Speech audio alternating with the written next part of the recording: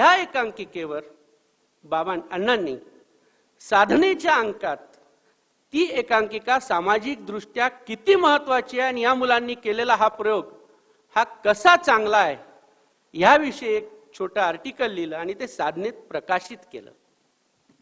आणि म्हणून मी असं म्हणालो की ज्यांची कीर्ती अभिमानाने मिरवावी असे वडील लाभणं हे भाग्य आम्हाला मिळालं.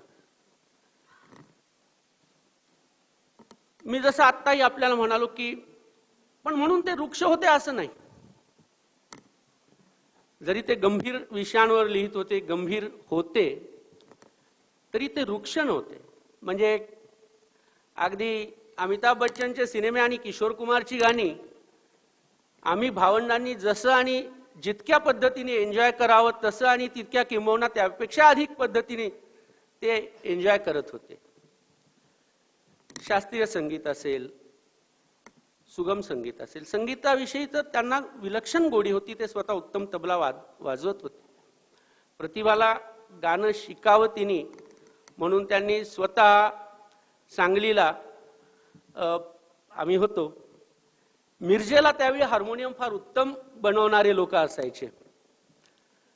मिरजेला जाऊन त्यांनी स्वतः एक हार्मोनियमची ऑर्डर दिली. ती हार्मोनियम बनवून घेताना ते जेव्हा तयार झाली तेव्हा त्यांना विचारलं ती तयार आहे का. ती तयार झाल्यावर ते जाऊन ती पाहून आणि ती हार्मोनियम घेऊन आले. सांगायचं तात्पर्य असं की आज जेव्हा मी पालक म्हणून माझ्या मुलांशी वागतो, कधी कधी चिडतो, रागावतो, नाराज होतो, बोलतो, आणि मग मला जाणवतं की हे काहीही न करता, कधीही न चिडता, कधीही त्रागा न करता अत्यंत रुजूतेने ते आमच्याशी, घरातल्या मंडळींशी असो किंवा बाहेरच्या मंडळींशी असो, त्यांच्या वागण्यात आम्ही घरचे आहोत म्हणून काही वेगळा फरक किंवा बाहेरची मंडळी आहेत म्हणून काही वेगळा फरक असा कधीही पडला नाही.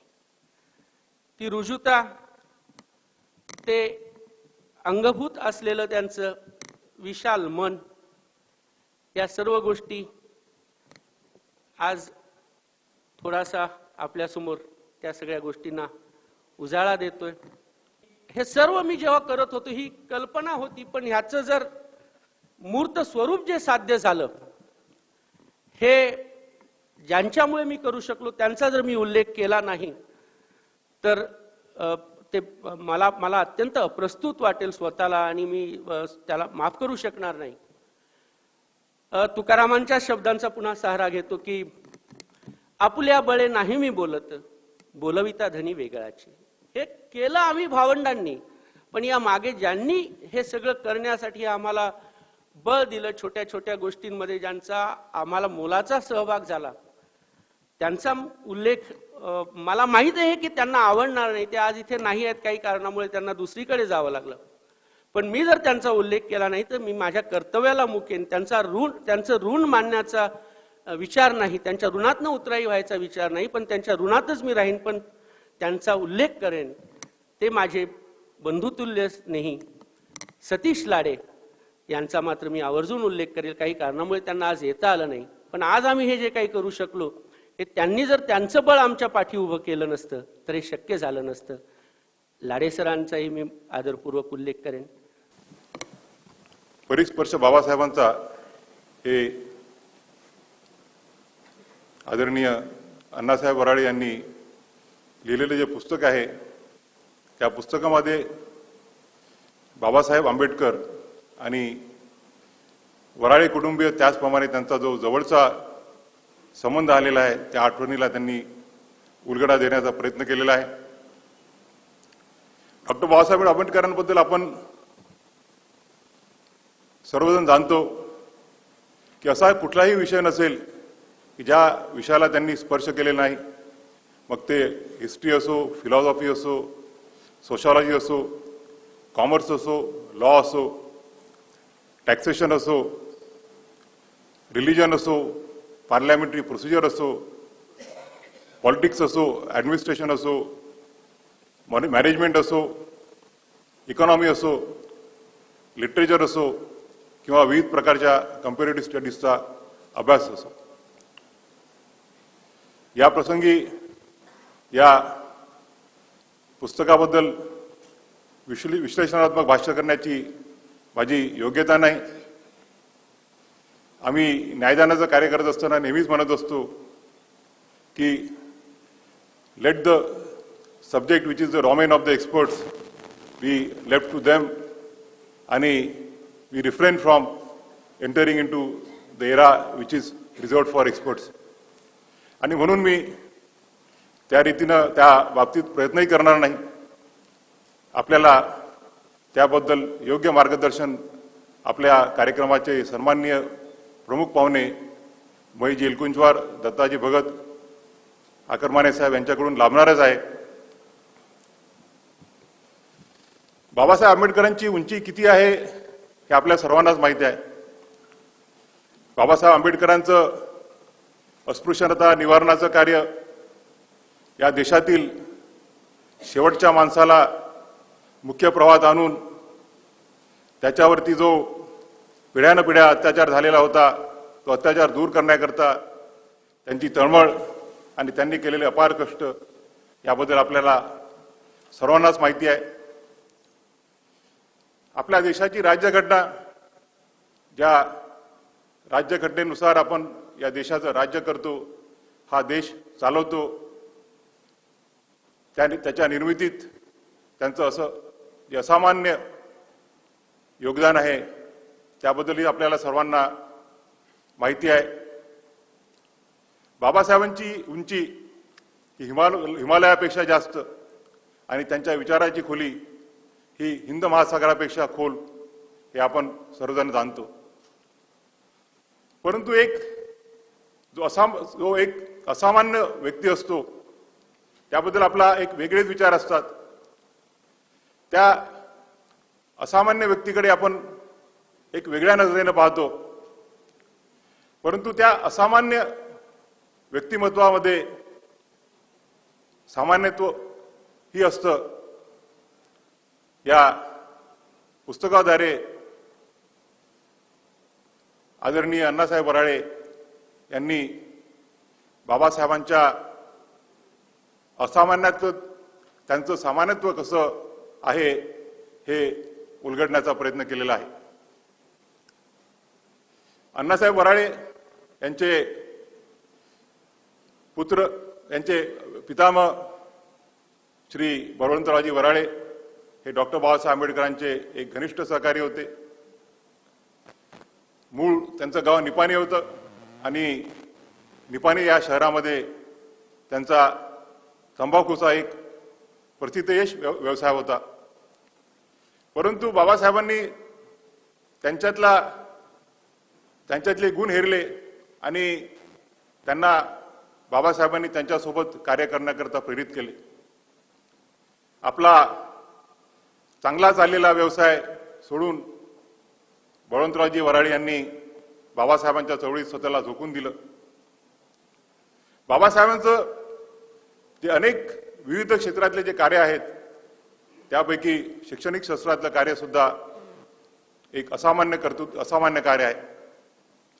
बाबासाहेबांनी पीपल्स एज्युकेशन सोसायटी निर्माण केली आणि त्या सोसायटीद्वारे प्रथमतः सिद्धार्थ कॉलेज मुंबईला स्थापन केलं, लॉ कॉलेज स्थापन केलं आणि त्यानंतर बाबासाहेबांची नजर वळली मराठवाड्याकडे. मराठवाडा हा त्या काळात अत्यंत मागासलेला असा प्रदेश होता. निजाम राजवटीखाली होता आणि शिक्षणापासून वंचित होता. या भागातील मागासवर्गीय विद्यार्थ्यांना त्याचप्रमाणे इतर विद्यार्थ्यांना शिक्षणाची गंगा मिळावी या उद्देशाने बाबासाहेब आंबेडकरांनी औरंगाबाद येथे मिलिंद महाविद्यालय सुरू करण्याचा निश्चय केला आणि त्या कार्याकरता बाबासाहेबांनी निवड केली ते बळवंतरावजी वराळे यांची.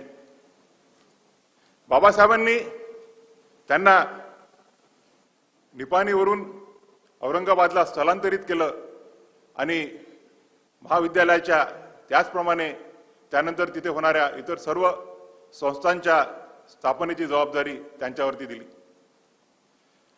बळवंतरावजी वराळे यांनी औरंगाबादमध्ये इथे राहून त्या इमारतीचं नुसतंच बांधकाम नव्हे तर त्या कॉलेज निर्मितीमध्ये स्वतःला झोकून दिलं. त्या काळामध्ये प्राचार्य चिटणीस, प्राचार्य वानखडे आणि प्राचार्य एम.एल. वराळे जे विदर्भातील आहेत त्यांना सहकार्य केलं. या कार्याकरता बाबासाहेब वेळोनवेळी औरंगाबादला येऊन राहायचे. भालचंद्रजी वराळे यांचा आणि बाबासाहेबांचा प्रथम सहवास ते फार कमी वयात असताना लाभला. बाबासाहेब आंबेडकर ज्यावेळी पन्हाळा येथे, कोल्हापूर जिल्ह्यातील पन्हाळा येथे त्यांची प्रकृती अस्वस्थ होती आणि म्हणून काही काळाकरता थंड हवेच्या ठिकाणी राहावं म्हणून पन्हाळा येथे राहत होते. आणि बळवंतराव वराळेंनी अण्णासाहेबांना त्यांच्याकडे घेऊन गेले आणि तेव्हापासून बाबासाहेबांचा आणि भालचंद्रजी वराळे यांचा जवळचा संबंध आला. निपाणी या ठिकाणी मॅट्रिक्युलेशन नंतर शिक्षणाची सोय नव्हती आणि म्हणून बळवंतरावजी वराळे यांनी अण्णासाहेबांना त्यांच्यासोबत औरंगाबाद येथे स्थलांतरित करण्याचा निर्णय घेतला. अण्णासाहेब वराळे आपल्या कुटुंबियांना सोडून औरंगाबादला आपल्या वडिलांसोबत राहायला लागले. परंतु त्यांना आपल्या भावंडांचा विरह तिथे सहन झाला नाही आणि औरंगाबाद येथे त्यांना अस्वस्थ वाटायला लागलं. त्याचवेळी बाबासाहेब आंबेडकर हे मिलिंद महाविद्यालयाच्या बांधकामावर सुपरविजन करण्याकरता औरंगाबाद येथे आलेले होते आणि त्यांचे आणि बळवंतरावजी वराळे यांचे अतिशय सलोख्याचे संबंध होते. आणि त्यांना ज्या वेळेला कळलं की हा विद्यार्थी आपल्या आईला सोडून, भाऊबंडांना सोडून त्यांच्या विरहाने व्यथित झालेला आहे आणि इथे राहण्यास तयार नाही, त्यावेळेला बाबासाहेबांनी त्यांना बोलावलं. बाबासाहेब त्यांना म्हणाले, अरे तुझी आई जरी इथे नसेल तरी मी आहे, माईसाहेब आहेत आणि तू आमच्यासोबत येऊन राहा. आणि त्यानंतर बाबासाहेबांचा आणि भालचंद्रजी वराळे यांचा जो सहवास एकमेकांना लाभला, त्या सहवासातील आठवणींना उजळणी देण्याचा एक अतिशय उत्कृष्ट असा प्रयत्न या पुस्तकाद्वारे भालचंद्रजी वराळे यांनी केलेला आहे. बाबासाहेबांबद्दल आपण जाणतोच की बाबासाहेब जरी एक असामान्य व्यक्तिमत्व होते तरी त्यांचं एक जे व्यक्तित्व होतं ते अतिशय अद्वितीय होतं. त्यांची उंची जरी हिमालय एवढी होती आणि त्यांच्या विचाराची खोली जरी हिंद महासागरा एवढी होती तरी त्यांना इतर अनेक बाबींमध्ये अतिशय जाण होती आणि आवड होती. आणि ती आवड त्यांनी भालचंद्रजी वराळे यांच्यामध्येही जोपासण्याचा प्रयत्न केला. मग ते संगीत असो, त्यांनी स्वतः व्हायोलिनचे क्लासेस लावले आणि अण्णासाहेब वराळेंमध्ये संगीताबद्दल प्रेम निर्माण करून त्यांच्यातला एक संगीत तज्ञ जागा केला आणि त्यांच्यामधला एक तबला वादक, गायक एक पुढे निर्माण झाला. एवढेच नव्हे तर बाबासाहेबांसमोर त्यांना एक संगीताची मैफल सुद्धा जमवण्याचा आनंद मिळाला. बाबासाहेबांना नाट्याबद्दलच प्रेम होतं आणि ज्यावेळेला चिटणीस सरांनी लिहिलेलं आणि दिग्दर्शित केलेलं नाटक युगप्रवर्तक हे अण्णासाहेब वराळे यांनी त्यांच्या सहकाऱ्यांनी निर्मित केलं त्या कार्याला बाबासाहेबांनी आपला आशीर्वाद दिला.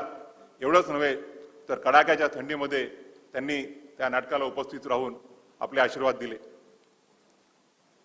बाबासाहेबांना फोटोग्राफीची आवड होते आणि त्या फोटोग्राफीची आवड त्यांनी अण्णासाहेबांमध्ये जोपासली.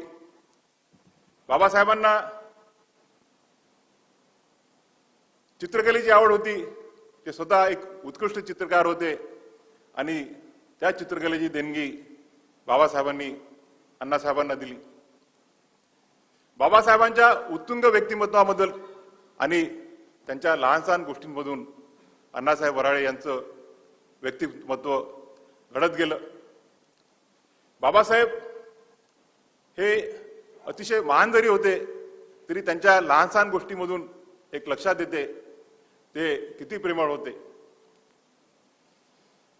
अण्णासाहेबांना मांस मच्छीचं विशेष प्रेम नव्हतं आणि ज्यावेळेला बाबासाहेबांसोबत ते जेवण करायचे तर बाबासाहेब म्हणाले की अरे तुला मांस मच्छी आवडत नाही तर मी तुझ्यासाठी काहीतरी गोड करतो. आणि त्यांनी स्वतः स्वयंपाकघरात जाऊन अण्णासाहेबांसाठी एक खीर बनवली. त्यांना स्वयंपाकाची जाण नसताना सुद्धा हा लहान मुलगा आहे त्याच्या आवडीचं आपण काहीतरी बनवलं पाहिजे हे या एक प्रेरणेतून या भावनेतून त्यांनी त्या लहान मुलाकरता गोड अशी खीर बनवली. बाबासाहेबांना आपल्याला जाणतोच की या देशातील विद्यार्थ्यांबद्दल अतिशय तळमळ होती. त्यांना माहीत होतं की ह्या देशातील भवितव्य हे विद्यार्थी आहे आणि तो विद्यार्थी चांगला घडला पाहिजे, मोठा झाला पाहिजे. याकरता त्यांनी मिलिंद महाविद्यालयातील त्याचप्रमाणे त्यांनी स्थापन केलेल्या विविध संस्थांमधील विद्यार्थ्यांवरती संस्कार केले. अण्णासाहेब वराळेंना त्या संस्काराचा जवळून लाभ झाला. एवढेच नव्हे तर त्यांच्या कुटुंबियांना सुद्धा जवळून लाभ झाला. नागपूर इथे ज्यावेळेला बाबासाहेब आंबेडकर यांनी 1956 साली दीक्षा घेतली त्या कार्यक्रमाला अण्णासाहेब वराळे आज आपल्या इथे उपस्थित आदरणीय श्रीकांतजी वराळे त्याचप्रमाणे वराळे कुटुंबियाचे इतर सभासद यांना उपस्थित राहण्याचा लाभ झाला. एवढेच नव्हे तर त्या कार्यक्रमाला बुद्धवंदना म्हणायचं सौभाग्य सुद्धा त्यांना प्राप्त झालं. बाबासाहेबांबद्दल या देशातील नव्हे तर या जगातील कोट्यावधी जनतेला अतिशय आदर आहे, प्रेम आहे. बाबासाहेबांबद्दल त्यांचे अण्णासाहेबांचे वडील बळवंतरावजी वराळे यांनी माझासोबती त्याचप्रमाणे अण्णासाहेबांनी आजचं जे पुस्तक ज्याचं विमोचन झालेलं आहे परिसस्पर्श बाबासाहेबांचा यातून उजाळा दिलेला आहे. त्यातून त्यांनी बाबासाहेबांच्या प्रती त्यांची असलेली कृतज्ञता व्यक्त केलेली आहे. बाबासाहेबांच्या परिसस्पर्शातून वराळे कुटुंबीय हे प्रभावित झालेले आहेत. एवढंच नव्हे तर त्या प्रभावाने त्यांच्या आयुष्याची वाटचाल एक चांगल्या यशस्वी मार्गाकडे लागलेली आहे. मी प्रसन्नजी वराळे त्याचप्रमाणे त्यांचे सर्व कुटुंबीय यांचे या प्रसंगी आभार व्यक्त करू इच्छितो की बाबासाहेबांच्या आठवणींचा जो अनमोल खजिना आहे तो खजिना त्यांनी अण्णासाहेबांच्या तिजोरीतून काढून आपल्या सर्वांच्या सुपूर्द केलेला आहे. बाबासाहेबांच्या प्रत्यक्ष स्पर्शाने जो लाभ बाबासाहेबांच्या सहवासाचा, त्यांच्या विचाराचा, त्यांच्या धनाचा जो वराळे कुटुंबियांना झालेला आहे त्या परिसस्पर्शाने, त्या आठवणींनी, बाबासाहेबांच्या छोट्या मोठ्या विचारांनी या देशातील हजारो लाखो लोक प्रभावित होऊन तो परिस्पर्श दुरान्वये का होईना त्यांच्या आयुष्याला उजळणी देणारा ठरेल अशी अपेक्षा व्यक्त करतो. या प्रसंगी आपण मला इथे बोलण्याची संधी दिली त्याबद्दल आभार मानतो. ऐकला नाही दिशांनी प्रश्न माझा, हे निळे आकाश कोठे वळत आहे. हे निळे आकाश कोठे वळत आहे याची जाणीव असणारे कालकथित न्यायमूर्ती भालचंद्र वराळेजी यांच्या या पुस्तकाची प्रस्तावना लिहिणारे मान्य प्रोफेसर दत्ता भगत आज या मंचावर आहेत. त्यांनी सुद्धा या शुभ प्रसंगी आशीर्वादपर 2 शब्द बोलावे अशी मी त्यांना विनंती करते. हे पुस्तक एका महापुरुषाचा अनौपचारिक व्यक्तिमत्वाचा परिचय करून देणारं पुस्तक आहे आणि अनौपचारिक परिचयामध्ये माणूस कळत असतो. लेखनातून भाषणातून जो माणूस आपल्याला कळतो, जो महापुरुष आपल्याला कळतो, तो माणूस कळतोच असं नाही. माणूस त्याच्या पलीकडे असतो आणि तो त्याच्या छोट्या छोट्या छोट्या छोट्या कृतींमधून कळत असतो. अशा अनेक कृतींच्या आठवणी या पुस्तकामध्ये आलेल्या आहेत आणि त्या वाचल्यानंतर आपण भारावून जावं अशी परिस्थिती आहे. त्यांच्या आठवणी आम्ही प्रत्यक्ष व्यासपीठावरून ते बोलताना आम्ही ऐकलेल्या आहेत. माझ्या कॉलेजमध्ये त्यांचा कार्यक्रम झाला होता त्यावेळेला ऐकलेले आहेत, अन्यत्रही ऐकलेले आहेत. ज्या ज्या ठिकाणी त्यांची भाषणं झाली त्यांनी बाबासाहेबांच्या सहवासातल्या आठवणी आधीच सांगितल्या. पण बाबासाहेबांचं आणखी एक आकलन जे त्यांना शक्य होतं ते मात्र राहून गेलेलं आहे. नव्या पिढीने अवश्य करावं असं मी म्हणेन. ज्या बाबासाहेबांना 1918 आणि 20च्या दरम्यान उपासमार व्हायची वेळ आलेली होती, ते बाबासाहेब बॅरिस्टर होऊन परत आल्यानंतर वकिली सुरू करतात. 24ला बाबासाहेब आपल्या देशामध्ये आले. ते कधीच परत न जाण्यासाठी आपलं शिक्षण संपवून ते आले आणि मी एका वेगळ्या पद्धतीनं मी बाबासाहेबांचा मुद्दा तुमच्या समोर मांडतो आहे. आणि 34ला दादरच्या हिंदू कॉलनीमध्ये बाबासाहेबांनी टोलेजंग घर बांधले. फक्त 10 वर्ष. या 10 वर्षामध्ये हे कसं शक्य झालं असेल याचा विचार केला तर उत्तर आहे की बाबासाहेबांची प्रॅक्टिस रोअरिंग होती. बाबासाहेबांची प्रॅक्टिस प्रचंड होती आणि त्यावेळेला प्रत्येक पालकाला आपला मुलगा वकील व्हावा असंच वाटत होतं. अलीकडे डॉक्टर व्हावा वाटतं, इंजिनियर व्हावा वाटतं, पण तो काळ असा की प्रत्येकाला वाटतं आपला मुलगा वकीलच व्हावा. बाबासाहेब त्या काळातलं प्रॉडक्ट आहे, ते वकील झाले. किती रोईंग प्रॅक्टिस असावी आणि ही रोईंग प्रॅक्टिस चाललेली असताना सुद्धा दादर सारख्या ठिकाणी एवढं घर बांधणं ही काही सोपी गोष्ट नाही आहे. त्या काळामध्ये असा प्लॉट घ्यायचा, त्या काळामध्ये असा प्लॅन तयार करायचा. पण हे सगळं करताना सुद्धा दुसऱ्या बाजूला बाबासाहेबांचं दातृत्व चालू होतं हेही आपण विसरता कामा नये. कोठारी नावाचे सोलापूरच्या जवळचे एक जमीनदारग्रस्त होते. त्यांची एक सिव्हिल केस होती. बाबासाहेबांनी ती सिव्हिल केस हाती घेतली, सोडवली आणि कोठारीने त्यांच्या समोर कोरा चेक ठेवला आणि बाबासाहेबांनी सांगितलं की यावर तुम्हाला जे काही लिहायचं असेल तो आकडा लिहा. आणि बाबासाहेब म्हणाले मला याच्यावर एकही आकडा लिहायचा नाही, त्याच्याऐवजी तुमच्या जमिनीचा एवढा महत्वाचा निकाल लागला, तुमच्याकडचा जमिनीचा तुकडा माझ्या आयदाळे नावाच्या एका कार्यकर्त्याला द्या, कारण त्या आयदाळेला वसतिगृह सुरू करायचे मागासवर्गीयांच्यासाठी. म्हणजे हे सुद्धा त्यावेळेच आहे ज्या वेळेला बाबासाहेबांची रोलिंग प्रॅक्टिस होती. तेव्हा बाबासाहेबांचं वकिली वक्तृत्व कसं असेल कुठं माहिती आहे आम्हाला. वकिली वक्तृत्व हे आम्ही गोलमेज परिषदेमध्ये ते काय बोलले याच्या आधारे तर्क करून समजून घेतो. पण प्रत्यक्ष केसेस हँडल करताना बाबासाहेब कोणत्या पद्धतीने गेले हे मात्र आम्हाला फारसं माहिती नाही. आणि हे सांगण्याची कुवत नक्कीच भालचंद्र वराळे यांच्याजवळ होती. दुर्दैवाने ते राहिले नाही. ते जर राहिले असते आणि हे पुस्तक वाचून झाल्यानंतर मला भेटून त्यांना बोलता आलं असतं तर मी त्यांना म्हणालो असतो की हे अनौपचारिक फारच उत्तम आहे, पण हेही सुद्धा बाबासाहेब लोकांच्या समोर आले पाहिजेत आणि याची कुवत तुमच्याजवळ तुम्ही हे काम केलं पाहिजे. योगायोगानं आपल्याच क्षेत्रातले फार महत्वाचे न्यायमूर्ती चावरे जे अलिबागला आहेत, मला वाटतं आता सेवानिवृत्त झालेत, त्यांनी आपलं जे महाडचा सत्याग्रह झालेला आहे, त्याची 5 वर्षाची संबंध युक्तिवादाची जी फाईल आहे ती बिनवली आहे. महापुरुष हे चहू अंगाने आपणाला कळले पाहिजे.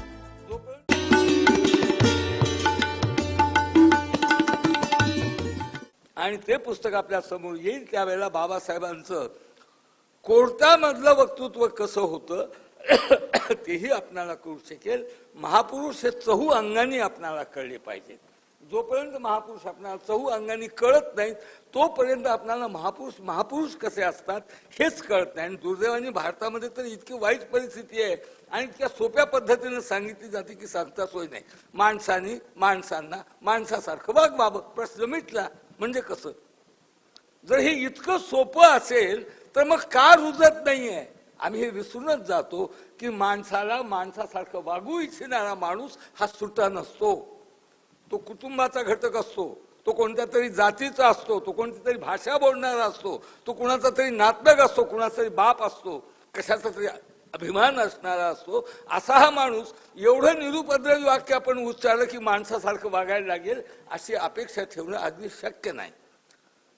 बाबासाहेब बॅरिस्टर जीना गांधी आणि न्यायमूर्ती रानडे यांच्यावर पुस्तक लिहितात तेव्हा न्यायमूर्ती रानड्यांना वेटेज देतात. हे आपण लक्षात घेतलं पाहिजे. गांधी हे समकालीन आहेत आणि गांधींच्या बरोबरचं भांडण हे तुम्हाला सगळ्यांना माहिती आहे. पण काही गोष्टी सुद्धा नीटपणे समजून घेतल्या पाहिजेत. बाबासाहेबांचे गांधींशी जरूर मतभेद होते, पण स्वातंत्र्य मिळावं का मिळू नये या प्रश्नावर होते का?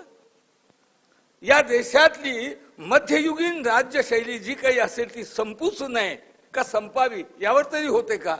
आपण याचा कधी विचार करत नाही.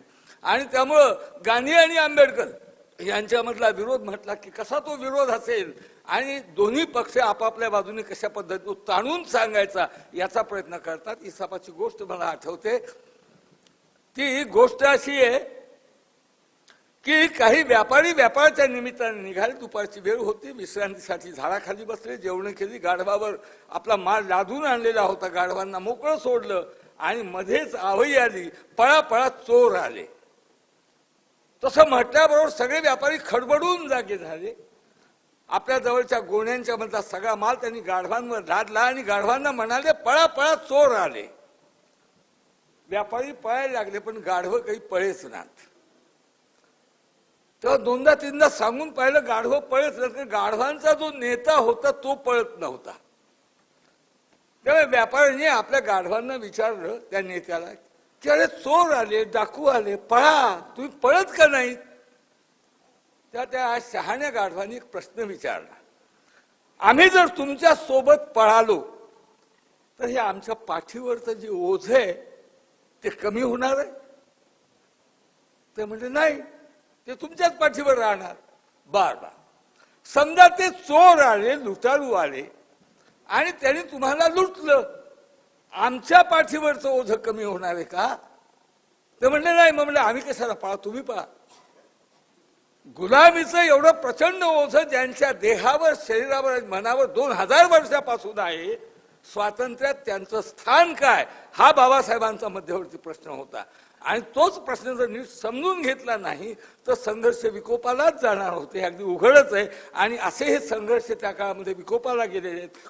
पण असे हे बाबासाहेब कोणत्या प्रश्नावर व्यथित आणि विद्ध होते हे मात्र आपण लक्षात घेत नाही.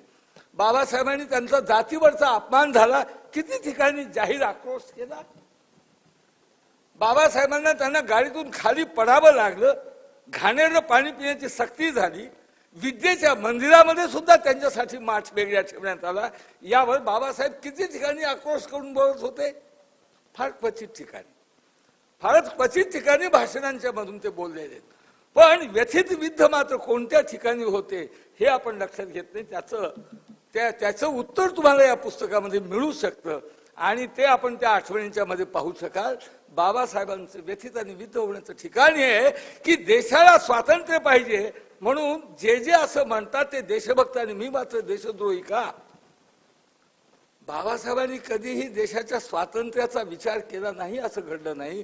देशाच्या स्वातंत्र्याचा विचार करणाऱ्या या माणसाला काहीतरी मूलगामी स्वरूपाच्या समाज रचनेचा हा माणूस विचार करतो आहे, हे लोकांच्या पर्यंत नीटपणे पोचवता आलं नाही. आणि त्यामुळे नको त्या आरोपाला आयुष्यभर तोंड द्यावं लागलं. याचं जे दुःख असेल, याचा जो त्रास असेल बाबासाहेबांना व्याकुळ करण्याचा, हा त्रास खरोखर सामान्य माणसांनीही समजून नीट घेतला नाही. आणि त्यांच्या अवतीभोवतीच्या अनुयायांना सुद्धा म्हणावा तसा नीट समजून घेता आला नाही. कारण तेवढं समजावं, जाणून घ्यावं अशी उसंतच कुणाला नव्हती. अशा या काळातल्या महापुरुषाच्या या आठवणी इथं आलेल्या आहेत. देशाचा कोणत्या पद्धतीने ते विचार करीत होते याच्या आठवणी या ठिकाणी आलेल्या आहेत. आणि अशा आठवणींच्या बद्दल आम्ही मात्र अनेक वेळा पूर्वग्रह पद्धतीनं पाहतो, पूर्वग्रह दूषित नजरेनं पाहतो. हेही इष्ट नाही आहे. कारण माणूस हा माणूस असतो. महापुरुष जरी झाला, गांधीजी जरी झाले, तरी त्यांना मीठ काय कडू लागत होतं का तिखट? खारटच लागत असणार ना. आणि मिरची खाल्ली तर तिखट लागत असेल किंवा काय मधुर असं वाटत असेल, ती त्यांना तिखटच लागत असेल. सामान्य माणूस होऊन सामान्य माणसाच्या ठिकाणी ज्या ज्या गोष्टी असतात त्या सगळ्याच बाबासाहेबांच्याही ठिकाणी असणार, गांधीच्याही ठिकाणी असणार. असा एकत्रितपणे महापुरुषांचा विचार करण्याची पद्धत दुर्दैवाने आपल्या मध्ययुगीन सरंजामशाही पद्धतीमध्ये वाढलेल्या माणसांच्या ठिकाणी नाही आहे. हे अतिशय वाईट गोष्ट आहे. अजूनही आपली माणसं महापुरुषांना पाहण्यासाठी देवाचा चष्मा स्वतःच्या डोळ्यावर टाकतात. साईबाबा माणूसच होता नाही, आता तो देव आहे. कारण देव केल्याशिवाय आपल्याला अलौकिक पुरुषाचं अलौकिकत्व जर समजून येणार नसेल तर तो महापुरुषाचा गुन्हा नाहीये, तो तुमच्या आमच्या समजुतीचा गुन्हा आहे. या समजुतीतून बाहेर काढण्याचं काम आमच्या सुदैवाने 19व्या शतकामध्ये 20व्या शतकाच्या पूर्वार्धामध्ये ज्या मंडळींनी केलं, ती मंडळी अतिशय मोठी होती. हे खरोखर आमचं भाग्य. ती माणसं परस्परांच्या मध्ये भांडत होती, पण परस्परांच्या मध्ये भांडत असताना त्यांची भांडणं मालमत्तेसाठी नव्हती, त्यांची भांडणं या देशातल्या नागरिकाला सुबुद्ध करण्याची होती. अशी ही माणसं समजून घेण्यासाठी, विशेषतः मी ललित लेखक असल्यामुळे ही माणसं समजून घेण्यासाठी अशा पुस्तकाचा अतिशय चांगला उपयोग होऊ शकतो. माझ्या प्रस्तावनेमध्ये मला या पुस्तकाबद्दल जे काही सांगायचं आहे ते या ठिकाणी सांगितलेलं आहे. आपण शांतपणे माझे विचार ऐकून घेतले त्याबद्दल मनापासून आभार मानतो. माननीय श्री महेश एलकुंचवारजी, या कार्यक्रमाला त्यांची मोलाची उपस्थिती लाभलेली आहे, आम्ही आभारी आहोत. आणि आता माननीय श्री महेश एलकुंचवारजी पुस्तकाविषयी आपले विचार व्यक्त करतील आणि उपस्थितांचे मार्गदर्शन करतील, अशी मी त्यांना विनंती करते. व्यासपीठावरचे माननीय आणि सभागृहातले अभिजनो, प्रसन्न माझ्याकडे जेव्हा आले या पुस्तकाची मुद्रण प्रत घेऊन, तेव्हा हा विषय पाहिल्याबरोबरच मला असं वाटलं की ताबडतोब गेलं पाहिजे. सर्वसाधारणपणे मी आमंत्रण नाकारतो हल्ली, पण या पुस्तकाच्या संबंधात मला फार कुतूहल होतं. या संबंधात तुम्हाला मी काही गोष्टी नंतर सांगतो. तेव्हाही प्रसंजींनी अशी अपेक्षा व्यक्त केली की या पुस्तकाचं वाङ्मयीन मूल्यमापन मी करावं. या पुस्तकाचं वाङ्मयीन मूल्यमापन करता येईल आणि ते अनेक प्रकारांनी अनेक लोक करतीलही पुढे मागे. ते पात्र मला आज करायचं नाही. याचं कारण असतं की मला स्वतःला असं वाटतं की काही पुस्तकं ही वाङ्मयीन मूल्यमापनापासून जरा बाजूला ठेवली पाहिजे. त्याचं कारण मी तुम्हाला नंतर सांगतो. बाबासाहेबांवरचं एक पुस्तक आहे, त्याच्याबद्दल मला विशेष कुतूहल होतं. याचं कारण असं की माझ्या अगदी कोवळ्या वयातच बाबासाहेबांशी माझा दुरान्वयाने संबंध आलेला होता. तो कसा ते मी तुम्हाला सांगतो. कॉलेजच्या पहिल्या वर्षात असताना 1955 साली माझ्या वर्गात माझा अतिशय जवळचा एक मित्र होता, केशव मेश्राम. याचं नाव तुम्ही ऐकलंय का मला माहिती नाही. महाराष्ट्रातला तो फार मोठा नामवंत कवी, गेला तो 4-5 वर्षापूर्वी कॅन्सरनी. तो माझा वर्ग मित्र होता आणि साहित्याचं प्रेम आमच्या दोघांमध्ये एक पूल बनून आलं, सेतू बनून आला आणि आम्ही अभिन्न मित्र झालो. कायम आम्ही एकमेकांच्या सहवासात असायचो. दोघं मिळून एक भित्तीपत्रक पण आम्ही सीताबाई आर्ट्स कॉलेजमध्ये काढलं होतं. त्यांनी कविता लिहायच्या आणि मी लेख लिहायच्या आणि आम्ही दोघंच भिंतीवर चिकटवायचो दर 15 दिवसांनी. किती लोक वाचत होते माहिती नाही, पण त्याच्यामुळे सततच आम्ही एकमेकांच्या सहवासात असायचो. आणि केशव माझ्याकडे येत असे नेहमी, परंतु मला केशवने कधी घरी बोलावलं नाही आणि मी हट्ट धरायचो की मला तुझ्याकडे बोलावं. तो म्हणाला तू माझ्याकडे येऊ नकोस, मी कुठे घरी असतो, दिवसभर मी कॉलेजमध्ये असतो. पुढे मग काही काळाने आणखी आम्ही जवळ आलो. तो म्हणाला की अरे कुठे मी तुला माझ्या घरी नेऊ, आमच्याकडे इतकी माणसं आहेत, बसायला जागा नाही, आपलं पण बोलणं पण होणार नाही. आणि आता तुला सांगतो की मी रात्री रिक्षा चालवतो आणि दिवसा कॉलेजमध्ये येतो. ते ऐकून मला धक्का बसला, कारण मी इतकं सुस्थित संपन्न आयुष्य जगलेला, मला कुठल्या प्रकारचा कधी प्रश्नच नव्हता, कधी समस्या माझ्यासमोर आल्या नाही. आणि हा मुलगा रात्रभर रिक्षा चालवतो आणि दिवसा स्वच्छ कपडे घालून ताजा तवाना वर्गात येऊन बसतो, उत्साहाने सगळ्या गोष्टींमध्ये भाग घेतो, वागण्या बोलण्यामध्ये एक विलक्षण आत्मगौरव, कुठेही वाकणं त्याला माहिती नाही, स्वाभिमानाने जगणारा. मी त्याला समोर बसवला, तेवढा जवळचा झाला होता तेव्हा तो मला केशव मला समजावून सांग, हे सगळं कसं कमावलं तू, इतकं विपन्नावस्थेत जगला, दलित म्हणून तुला लोकांनी बाजूला ठेवलं, तरी तुझ्या मनामध्ये इतका विलक्षण स्वाभिमान, इतकं ताठ जगणं, विद्येवरचं तुझं प्रेम, आणि हे सांभाळत असतानाही कुठेही तुझ्या मनामध्ये कोणाबद्दल विद्वेष नाही, राग आहे.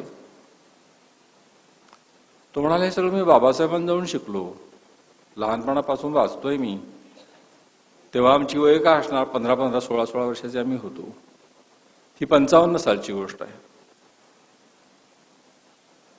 तेव्हा मला कळलं की एखाद्या भव्य व्यक्तीचे समाजातल्या लोकांवर, घटकांवर किती नकळत संस्कार होतात, ते किती झिरपत जातात आणि जीवन कशी बदलून जातात. आणि पुढे वर्षभरातच 1956 साली बाबासाहेबांनी जेव्हा बुद्ध धर्मात प्रवेश केला, तेव्हा ते एक सामुदायिक पातळीवर 6 लाख लोकांची जीवनं बदलून गेली. आणि ती एक अत्यंत महत्वाची ऐतिहासिक घटना आहे. भारतामध्ये गेल्या 5000 वर्षात सगळ्यात महत्वाची घटना कुठली असेल तर ती ही आहे असं मला वाटतं. याचं कारण असं की भारताची संपूर्ण राजकीय, सामाजिक, सांस्कृतिक, धार्मिक उलथापालथ त्या एका घटनेने केली. ज्या हजारो लोकांना, लक्षावधी, कोट्यावधी लोकांना हजारो वर्ष आवाजच नव्हता, त्यांना आवाज या घटनेने दिला. त्या लोकांना ताट उभं राहायला लोकांनी शिकवलं. ही एक अद्भुत घटना होती. आणि याच्या पुढे भारताचा इतिहास आणि भारताचं संपूर्ण सांस्कृतिक, सामाजिक, धार्मिक जीवन वेगळ्या पद्धतीने जाणार आणि अधिक निरोगी पद्धतीने जाणार, याची ती सुरुवात होती. ह्या संपूर्ण घटनेचं स्वरूप तात्काळ कळावं एवढं तर काही माझं वय नव्हतं. हळूहळू ते मला कळत गेलं. आणि आता तर मी नागपुरात कोणी आल्यानंतर त्याला फक्त एकच, नागपुरात एरवी बघण्यासारखं काही नाहीच आहे. पण तो आत्ता मध्यंतरी गिरीश कर्नाळ आले होते. ते मला म्हणाले की बाबा मला काय फार फिरायला वेळ नाही, महत्वाचं काय तुझ्या नागपुरात सुंदर काय दाखव. तर ते म्हटलं चल माझ्या घराजवळ आहे, म्हणून मी दीक्षाभूमीवर घेऊन गेलो. तो म्हणाला महेश ही अद्भुत जागा आहे. ती म्हटलं अद्भुत सगळ्या अर्थाने आहे गिरीश, कारण की गेल्या 4000 वर्षाचा अन्याय, गेल्या 4000 वर्षाचे अत्याचार, गेल्या 4000 वर्षातला अत्यंत वेगळ्या वाटेनी, ऑलमोस्ट विकृत वाटेने गेलेला इतिहास या घटनेने बदलण्याचा प्रयत्न केलेला आहे. आणि आपण आता तो सांभाळला पाहिजे. ही सगळी पार्श्वभूमी माझ्या मनात होती हे पुस्तक वाचत असताना. त्यामुळे हे पुस्तक वाचत असताना बाबासाहेब व्यक्ती म्हणून कसे होते, सर्वसामान्य जीवनात ते कसं वागत होते, हे वाचत असताना मला गंमत वाटत होती. कारण बाबासाहेबांबद्दल मी आधी खूप ऐकलं होतं. दुर्गाबाई भागवतांचं नाव तुम्ही ऐकलं असेल. दुर्गाबाई भागवत आणि इंडॉलॉजिस्ट होत्या त्या, आणि अँथ्रोपॉलॉजिस्ट पण होत्या, ललित लेखिका होत्या. त्यांचा आणि बाबासाहेबांचा बऱ्यापैकी मैत्र होतो. बाबासाहेब त्यांच्यापेक्षा मोठे, परंतु बुद्धजीवन हा दोघांच्या अभ्यासाचा विषय होता. त्याच्यामुळे त्यांच्याजवळ पुष्कळ कहाण्या बाबासाहेबांच्या बद्दल असत, त्या मला सांगतही असत. विशेषतः बाबासाहेबांच्या ग्रंथप्रेमाबद्दल दुर्गातांनी मला अनेकदा सांगितलेलं आहे. हे पुस्तक वाचल्यानंतर मला असं वाटलं की ह्या आठवणी तर आहेतच, सरळ सरळ आठवणी आहेत त्या, परंतु त्याच्यापेक्षा मला अधिक मूल्यवान या पुस्तकांबद्दल काय वाटत असेल तर त्याला एक सबटेक्स्ट आहे, त्याला एक आंतरसंहिता आहे. आणि ती आंतरसंहिता आहे प्रेमाची आणि कृतज्ञतेची. हे पुस्तक लिहिणाऱ्या माणसाच्या मनात काठोकाठ प्रेम आणि कृतज्ञता होती. ती शब्दातून आपल्याला प्रतीत होते. भावनेचे कळ काढणारी पुस्तकं असतात, तसं ते पुस्तक नाही. एखाद्या लहान मुलांनी अत्यंत प्रेमाने आपल्या वडिलांबद्दल लिहावं, त्या निष्पाप कृतज्ञ प्रेमभावाने भरलेले पुस्तक आहे, म्हणून मला ते फार मूल्यवान वाटलं. आपण युटोपियाबद्दल बोलतो की असं एक सुंदर जग जिथे द्वेष नाही, राग नाही, मत्सर नाही, एकमेकांची माणसं चांगलं वागतात, त्या युटोपियाच्या आपण शोधात असतो. परंतु हे पुस्तक वाचलं आणि अशा प्रकारची काही पुस्तकं मी वाचली तेव्हा मला असं वाटलं की युटोपिया आपण बाहेर कशाला शोधतो. युटोपिया आपल्या मनात असतो. ज्या माणसाच्या मनात फक्त प्रेम आहे आणि कृतज्ञता आहे त्याला त्याचा युटोपिया सापडला. बाहेरचं जग बदलण्याचा आपण आपल्या पद्धतीने प्रयत्न करतच असतो, पण त्याआधी आपण स्वतःला किती बदलतो हे पाहणं फार महत्वाचं आहे. अशा पुस्तकामुळे ते प्रतीत होतं माणसाला की कृतज्ञतेने आणि प्रेमाने भरलेलं एखादं मन असलं तर त्या माणसाला त्याचा युटोपिया सापडला. असं सगळं जाणवत असताना मग माझ्या मनात एकदम आलं की हे पुस्तक नुसतं पुस्तक नाही, नुसत्या आठवणी नाही, एक प्रकारचं स्तोत्र आहे, अवदान आहे. स्तोत्र म्हणण्यापेक्षा अवदान म्हणतो. याचं कारण असं की स्तोत्र हिंदू वाङ्मय परंपरेत आहेत आणि अवदान ही बुद्ध वाङ्मय परंपरेत आहेत. स्तोत्र ही नेहमी वृत्तबद्ध आणि छंदबद्ध असतात, कवितेत असतात.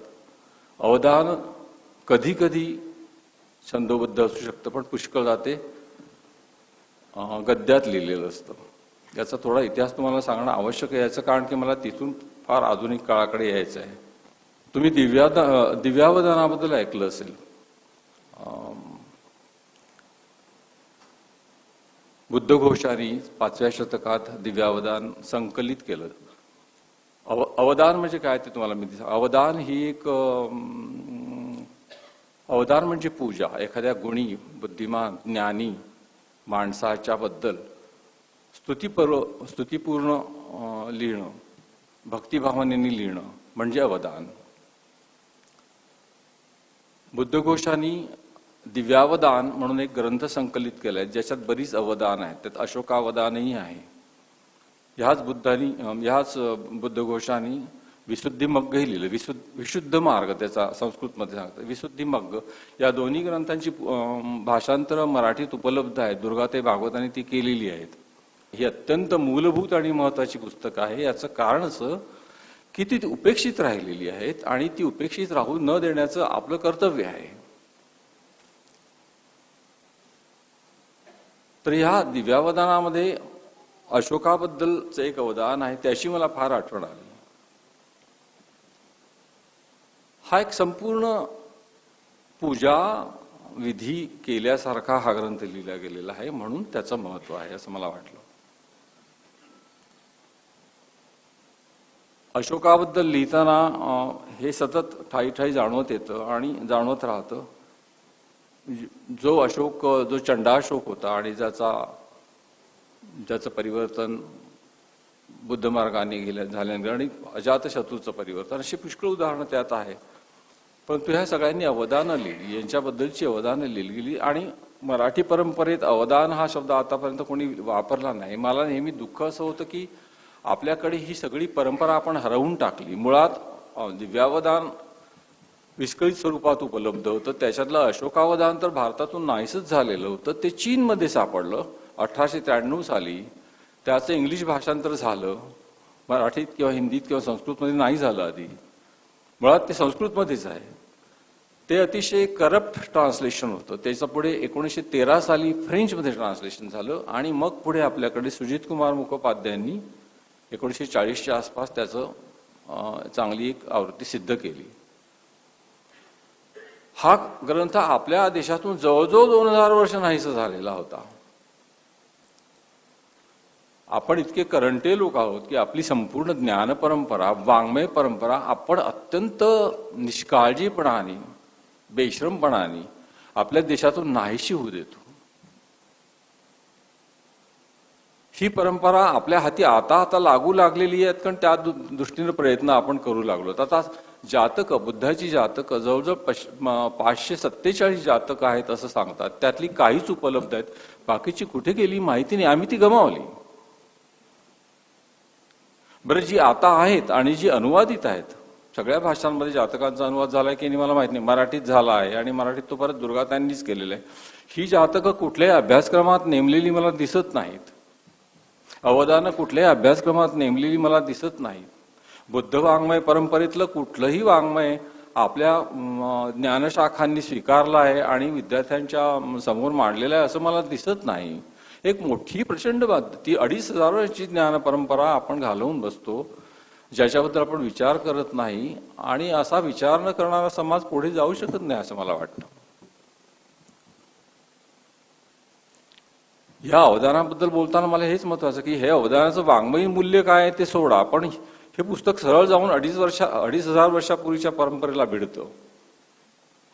परंपरा जाते किंवा नष्ट होते असं आपण म्हणतो, ती पूर्णपणे नष्ट होत नाही, ती आपला चेहरा बदलते. काही काळ ती दिसेनाशी होते, पण ती चेहरा बदलते आणि पुन्हा नव्या स्वरूपात येते. हे पुस्तक त्या परंपरेमधलं आहे आणि हे नव्या चेहऱ्याने आपल्या समोर आलेलं आहे. हे जर लक्षात घेतलं तर त्या पुस्तकाचं मूल्य कळतं.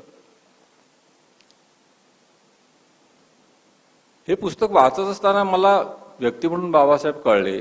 बाबासाहेबांचं बाकीचं काम तर मला सर्वसाधारणपणे माहीत आहे, मी त्याचा खूप अभ्यास केला अशाचा भाग नाही, पण बाबासाहेबांची ग्रंथसंपदा मी वाचलेली आहे, त्यांची अनेक भाषणं मी वाचलेली आहे, त्यांच्याबद्दल लिहिलं गेलेलं मी वाचलेलं आहे. परंतु ते काम भव्य आहे आणि ते फार मोठं आहे आणि तो माझ्या अभ्यासाचा विषय नाही, त्यामुळे मी असं म्हणू शकत नाही की मला बाबासाहेब कळले. परंतु तरीसुद्धा मला जे काय कळले, बाबासाहेबांनी जे काय धर्मपरिवर्तन केलं आणि त्याच्याबद्दल लोकांची जी काय मत आहे ती मला माहीत असली तरी मला सतत असं वाटत आलेलं आहे की हे काही पुनरुज्जीवन नव्हतं. बुद्ध धर्माचं पुनरुज्जीवन बाबासाहेबांनी केलं. तो धर्म होताच, सत्यावर आधारलेला धर्म असतो, तो नष्ट होतच नाही, तो असतोच कुठेतरी. तो आपण आपल्या करंटेमुळे नाकारतो, बाजूला टाकतो, तो होताच. परंतु त्याचं नवीन स्वरूप बाबासाहेबांनी आणलं. करुणा, मुदिता, एकता, मैत्री, सहकार्य, ही जी मूलभूत तत्व आहेत सामाजिक जीवनातली, आणि जातीव्यवस्थेवरचा हल्ला, जातीव्यवस्था नष्ट करणं, जी अत्यंत एक भारतामधली एक विलक्षण विषवल्ली आहे, ती नष्ट करण्याचा प्रयत्न परत बुद्धापासून आतापर्यंत आपण केलेला आहे, ती नष्ट होत नाही. आता बुद्धघोषाबद्दल तुम्हाला मी सांगितलं, अश्वघोषाने 2 ग्रंथ लिहिले आहेत. बुद्धचरित तो कवितेत आहे, आणि हा गंमत पहा, आपण अश्वघोष किंवा बुद्धघोष दोघेही ब्राह्मण, पण ज्यांनी बुद्ध धर्म स्वीकारला होता त्या काळामध्ये. अश्वघोष हा पेशावरकडचा, त्यांनी बुद्धचरित लिहिलं. त्यानंतर त्यांनी वज्रसूची म्हणून ग्रंथ लिहिलेला आहे, आणि हा वज्रसूचीमध्ये जातीव्यवस्थेवर बुद्धांनी केलेल्या हल्ल्याचं संपूर्ण विवेचन आहे, आणि हे विवेचन संस्कृत मधून केलेलं आहे. गंमत अशी की या ग्रंथाचं भाषांतर मराठीत कोणी करावं असं तुम्हाला वाटतं? ते बहिणाबाईंनी केलेलं आहे, आणि ह्या बहिणाबाई संत तुकारामांच्या शिष्या होत्या. आता संत तुकाराम वैश्य, बहिणाबाई ब्राह्मण, वज्रसूची लिहिणारा ब्राह्मण, त्याच्या आधी ही संपूर्ण विचार संपदा निर्माण केली ती भगवान बुद्धांनी. हे सगळं पाहिल्यानंतर गंमत वाटते, आणि असं वाटतं की ज्ञानपरंपरा जिथे असते, मी विक्रिय ज्ञानाबद्दल बोलत नाही, आपण जे ज्ञान वापरतो व्यवहारात ते विक्रिय आहे, आपण कायम ते विकत असतो. इथे डॉक्टर्स, वकील आणि प्राध्यापक बसले असतील, त्यांनी लक्षात ठेवावं असं मला वाटतं. आपलं ज्ञान विक्रिय आहे, परंतु जे ज्ञान विक्रिय नाही, याच्या पलीकडेही जाऊन जे मूलभूत ज्ञान आहे त्या ज्ञानाच्या क्षेत्रात आणि कलेच्या क्षेत्रात, कला सुद्धा विक्रिया आपण झालेली बघतोच आहे, परंतु मी मूलभूततेकडे जातो. ह्या ज्या मूलभूत कला आणि मूलभूत ज्ञान, ही दोन क्षेत्र अशी आहेत की जिथे जाती आपोआप गळून पडतात. नाहीतर बुद्धांनी ब्राह्मणांवर केलेल्या किंवा जातीव्यवस्थेवर केलेल्या हल्ल्याचं भाषांतर त्या विचारांचं संपूर्ण रिऑर्गनायझेशन एका दुसऱ्या ब्राह्मणांनी करून पुढे तिसऱ्या ब्राह्मण स्त्रीनी, आणि ती सुद्धा कोणाची शिष्या, तर तुकारामांची शिष्या, हे सगळं जे आहे तिथे, कारण जात गळूनच पडलेली, तिथे जात महत्वाची, जात गेलेलीच असते तिथे. तो प्रदेशच असा आहे की हे सगळं मागे टाकून आपण तिथे जातो, आणि तिथपर्यंत आपण सगळ्यांनी जायचं आहे, हेच तर बाबासाहेबांनी आपल्याला सांगितलेलं आहे. ते ज्या दिवशी आम्हाला कळेल त्या दिवशी या देशातल्या जाती नष्ट होतील, तोपर्यंत होणार नाही. आणि त्यासाठी ही संपूर्ण वाङ्मय परंपरा, हे संपूर्ण वैभव आपण आपल्या आयुष्यामध्ये इंटिग्रेट करणार आहोत की नाही, याच्यासाठी शासनावर फार मोठी जबाबदारी आहे. तुम्ही प्रेशर लॉबीज आहेत की नाही तुमच्या, तुम्ही काय करता? लेखकाला कोणी विचारत नाही, तो फ्लॉवर पॉट सारखा असतो, सभेला बोलवतात ते शोभेचा म्हणून. समाजातल्या पॉवर लॉबी ज्या धनिकांच्या हातात असतात, परंतु आपल्याकडे धनिकांचा आणि दुर्दैवाने पुस्तकांचा काही संबंध नसतो. मी फार स्पष्ट बोलतोय, पण हे लक्षात ठेवा. प्रचंड हवेल्यांमधून एक छोटीशी लायब्ररी नसते, पुस्तकच नसतात त्या घरामध्ये, अशी ती बकाल घरं असतात. अशा ठिकाणी म्हणून तर आम्हाला सांगावं लागते की भव्य ज्ञान परंपरा ती घालवता कामा नये. पण आपल्याला सामाजिक जीवन जर बदलायचं असेल तर ही परंपरा आपल्याला जागी ठेवली पाहिजे. बुद्ध धर्माचा आध्यात्मिक वगैरे भाग सोडा तुम्ही, हे ध्येय ठेवून, आध्यात्मिक मुक्ती हे ध्येय ठेवून बाबासाहेबांनी बुद्ध जीवनाकडे ते गेले असं मला वाटत नाही. मला एक जुनी गोष्ट आठवली. वच्छसुत्त असा एक परिव्राजक होता. परिव्राजक म्हणजे ज्याला संन्यासी व्हायचंय असा माणूस. तो भगवान बुद्धांकडे गेला आणि तो भगवान बुद्धांना म्हणाला की आत्मा असतो का? मृत्यूनंतर काय असतं? देव असतो का? भगवान बुद्ध बोलले नाहीत काही. जवळ आनंद बसलेला होता भगवान बुद्धांचा अंतेवासी शिष्य. तो म्हणाला, भगवान तुम्ही त्या माणसाने, भाबड्या माणसाने तुम्ही काही प्रश्न विचारले, त्याची उत्तर दिली नाहीत. आत्मा असतो का? मोक्ष असतो का? आणि तुम्ही जर ही उत्तर दिली नाही तर मग माझा तुमच्यावर विश्वास राहणार नाही, मी हा मार्ग सोडीन. बुद्ध म्हणाले, तू सोड. मी तुला आमंत्रण दिलं नव्हतं माझ्याकडे ये म्हणून. तू माझ्याकडे आलास याचं कारण वेगळं होतं. मी तुला एवढंच सांगतो की मोक्ष, आत्मा ह्या जंजाळात कोणीही पडू नये. याच्यामधून पुष्कळदा भ्रम निर्माण होतात, याच्यामधून वैचारिक गोंधळ निर्माण होतो. बाबा रे, हा क्षण मला स्वच्छ कसा जगता येईल हे एवढं बघ ना तू. माझ्या हातात एवढं जीवन आलेलं आहे, वीतभर जीवन आलेलं आहे. ह्या जीवनातला प्रत्येक क्षण मला शुद्धतेने, करुणेने, मुदितेने, प्रेमाने कसा जगता येईल एवढं तर बघ. हे जे जीवन आहे हे का दुःखमय आहे तुला मी सांगतो. आपल्या मनात तण्हा आहे. तण्हा म्हणजे तृष्णा. आपल्या मनात तहान आहे, सारखी ग्रीड आहे कसली तरी. त्याच्यामुळे आपलं जीवन दुःखमय होतं. तर ही तण्हा निघून गेली पाहिजे हे एवढं बघ ना तू. पुढचं मग आपण बघू देव वगैरे. त्याच्या या गोळात तू पडू नकोस. आणि मी कोणाला सांगणार नाही तुम्ही याच्यात पडा म्हणून. इतकं स्वच्छ सुंदर तत्वज्ञान बुद्धांनी सांगितलेलं आहे. कसल्या पारलौकिक गोष्टींचा तुम्ही विचार करता. स्वतःचं रोजचं जीवन तुम्हाला शुद्धपणाने जगता येत नाही, अवतीभोवतीच्या माणसांना 4 सुखाचे क्षण देता येत नाही. कसलं पारलौकिक जीवन? मला वाटतं सगळ्यात प्रॅक्टिकल फिलॉसॉफर कोणी आपल्या देशात असेल तर भगवान बुद्ध. त्या भगवान बुद्धांच्या तत्वज्ञानाला आपल्याला फार निराशावादी वगैरे म्हटलेले, ते अजिबातच निराशावादी नाही. ते अत्यंत आशावादांनी रचले पण अत्यंत प्रॅग्मॅटिक असं तत्वज्ञान आहे. बुद्ध पुनर्जन्म मानतो, परंतु बुद्ध आत्मा मानत नाही. बुद्ध संकर मानतो. बाबासाहेबांनी ह्या धर्मामधले हे जे मूलतत्व आहे की करुणा, मुदिता, सहकार्य आणि जातीहीनता, ह्या ज्या सगळ्या महत्वाच्या गोष्टी आहेत, त्या गोष्टींवरच बाबासाहेबांचं महत्व असायचं. कारण की एखाद्या राष्ट्राला पुढे न्यायचं झालं तर ह्या सर्व गोष्टींचं अनुसरण करणं राष्ट्राला आवश्यक आहे. ही व्हिजन बाबासाहेबांच्या जवळ होती. त्याचा आपण जर इन्स्टिट्यूशनलाइज रिलिजन केला आणि परत जे सगळ्या मोठ्या माणसांचे शिष्य करतात. बुद्धांनी सांगितलं होतं की माझ्या मूर्ती उभारू नका, माझी पूजा करू नका, परंतु महायान पंथीयांनी 6 शतकानंतर ते सगळं सुरू केलं. तत्वज्ञान त्या व्यक्तीचं जे काय मूल्यवान शिकवण असते ती सगळी बाजूला पडते आणि देवारे आपण उभे करतो. ह्या गोंगाटामध्ये जिथेही आपल्याला जायचं आहे त्या तो रस्ताच हरवून जातो. तो तसा हरवता कामा नये असं मला वाटतं. अशा पुस्तकांचं मूल्य त्याच्यासाठी आहे. ह्या पुस्तकाचं वाङ्मयीन मूल्यमापन मी करणार नाही एवढ्यासाठी. याचं कारण असं की हे अवदान स्वरूप आहे आणि ज्या पुस्तकामध्ये इतकी ओतप्रोत कृतज्ञता आहे त्याच्यामुळे मला जगण्याची शक्ती मिळते. थोर माणसं असतात आणि त्यांच्याबद्दल मला मनापासून कृतज्ञता वाटते. याचं कारण असं की त्यांच्या आपण आसपासही नसतो, आपण लहानच असतो आणि लहान असणं एका अर्थाने बरं असतं. त्याच्यामुळे थोरपणाचा अर्थही आपल्याला प्रतीत होऊ लागतो. या पुस्तकाने ती जाणीव मला नव्याने दिसली. तेव्हा मी इथे थांबतो. मला इथे बोलून मला सन्मानित केलं त्याच्याबद्दल धन्यवाद. असे कधी लोक येतात, आल्या पावली निघून जातात. असे कधी लोक जातात, पावलांबरोबर हृदय नेतात. पावलांबरोबर हृदय नेणाऱ्यांचे आभार मानल्याशिवाय या कार्यक्रमाची सांगता आपण करू नये. म्हणून आता मी श्री प्रशांत जाधव यांना आभार प्रदर्शनासाठी आमंत्रित करते. Honorable Justice Shri Prasanna Varale ji deserves a big hand of applause for the meticulous planning, overall supervision, and carrying out the smallest detail actively for the success of this program.